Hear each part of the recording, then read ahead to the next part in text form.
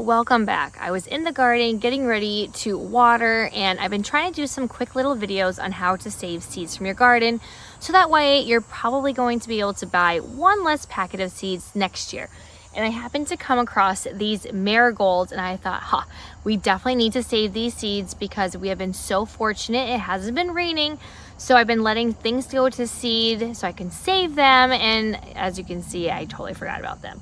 So, and if you're new here, hi, my name is Kristy. I am located in Massachusetts, zone 6A, and my average first frost date is October 3rd, except it kind of can go to like October 10th or so. So I'm hoping I can start saving seeds right now, show you how quick and easy it is, because I'm trying to buy less, but we all know that's probably not going to happen. But if I can get one less thing and get maybe another variety of marigolds, I definitely will. And I will say, with my flower stand, marigolds have been a huge must-have and a lifesaver. From just using the leaves just as a nice little filler and a little bit of scent in there, because I like marigolds, and I don't know if everyone else does, but I do. And also the blooms, they last so long. I definitely have found that I need to save and grow a lot more marigold next year, because even this morning for my flower stand, I did not have enough foliage for my flowers to sit upright and look full.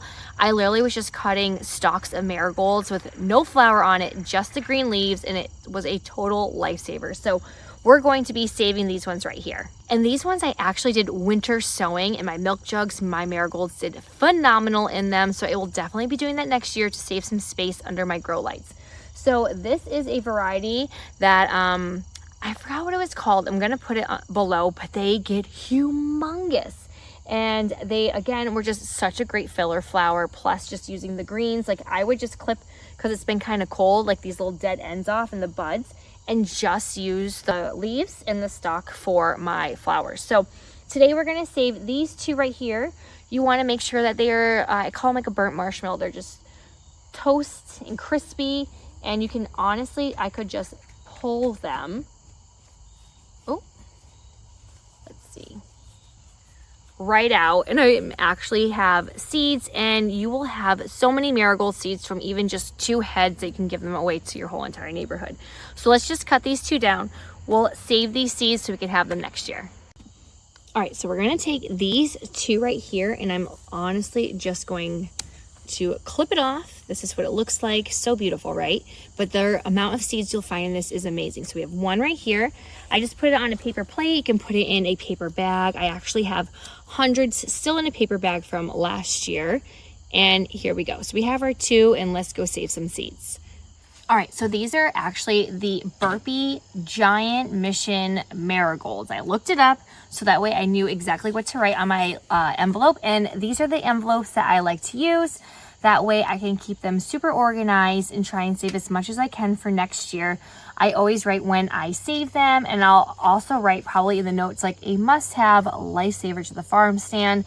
So we're gonna be harvesting these, and it was actually really funny as I harvested a ton of marigolds from my farm share last year, and I harvested orange marigolds, and they all grew yellow. How funny is that? So this is what it's going to look like, and I'm going to show you how easy it is. And also, side note, there's usually critters in here, so don't be alarmed if a spider or some bugs start crawling out, because I've had that happen almost all the time.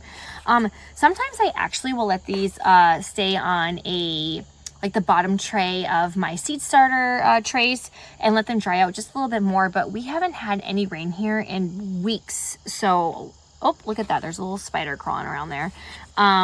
So sometimes I'll let them dry out even a little bit more, but I think these are going to be just fine. And honestly, it's as simple as trying to take them and giving them a good tug. Fail number 1. So that didn't work. So there's nothing there. So we're just gonna chuck that way. We might just actually have to, there we go. Let's see if try number 2 works better. There we go. So we're gonna give it a tug. Oh, I just love the smell of marigolds. And this is just a tiny handful, but I was able to get some seeds, and this is exactly what you want when you are harvesting them. They are going to be firm. They have this nice little dark tinge, and I honestly will just sometimes even just leave this a little bit of attachment, but I have 4 seeds right there in one quick little pull. So I'm just going to pull them all out And honestly, this is what it's gonna look like in my room. So I did some sunflowers and Mexican sunflower seeds. I will leave them like this for a good few weeks or a month, or whenever I am done out in the garden and I have extra time, I will sift through those and separate them as best as I can, because it takes time and I am still super busy. So if you don't have time to put them in the individual envelopes right now, no worries, just leave it on a paper plate. Make sure you just label and you put it somewhere where no pet or child or anyone might knock into them. And I will just literally leave them like that. Trying also my best to get rid of any spider or anything that is lingering. So let's pull all of these out. I'm just going to label the paper plate and we're going to be done for the day. All right, we didn't get too far, but I have to show you this because literally in one pull, look at all these seeds.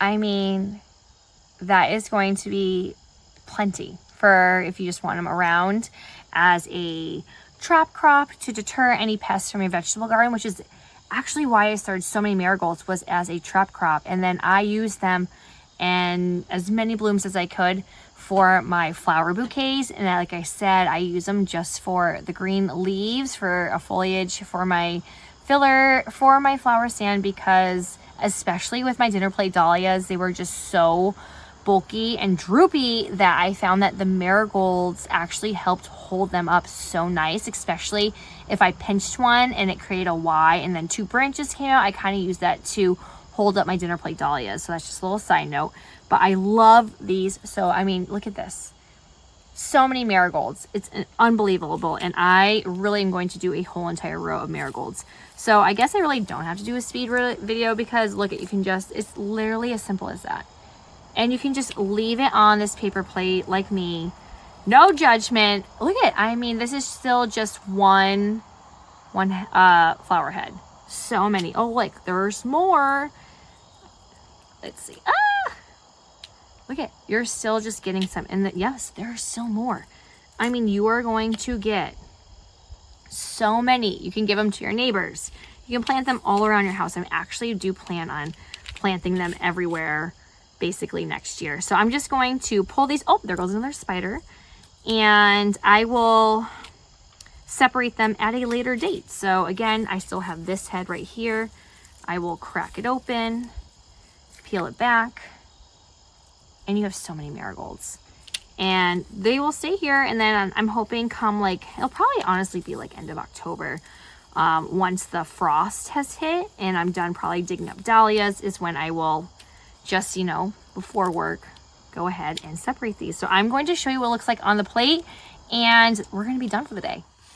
All right, and this is the plate, and I honestly do like to let them dry out a little bit before it comes time to saving them, because you want them to be dry. And then I just save them in a cool, dark place, and they will just be in one of my seed saving packets, or you can even put them in a brown paper bag, or a Ziploc bag works too.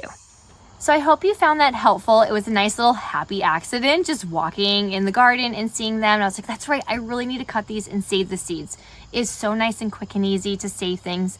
This right here, I mean, I can use these for probably a couple of years, and I honestly will just sprinkle them and direct sow some. But winter sowing marigolds is definitely something you should try if you haven't. Check out the videos that I did this past winter with my winter sowing milk jugs. I will be doing it again.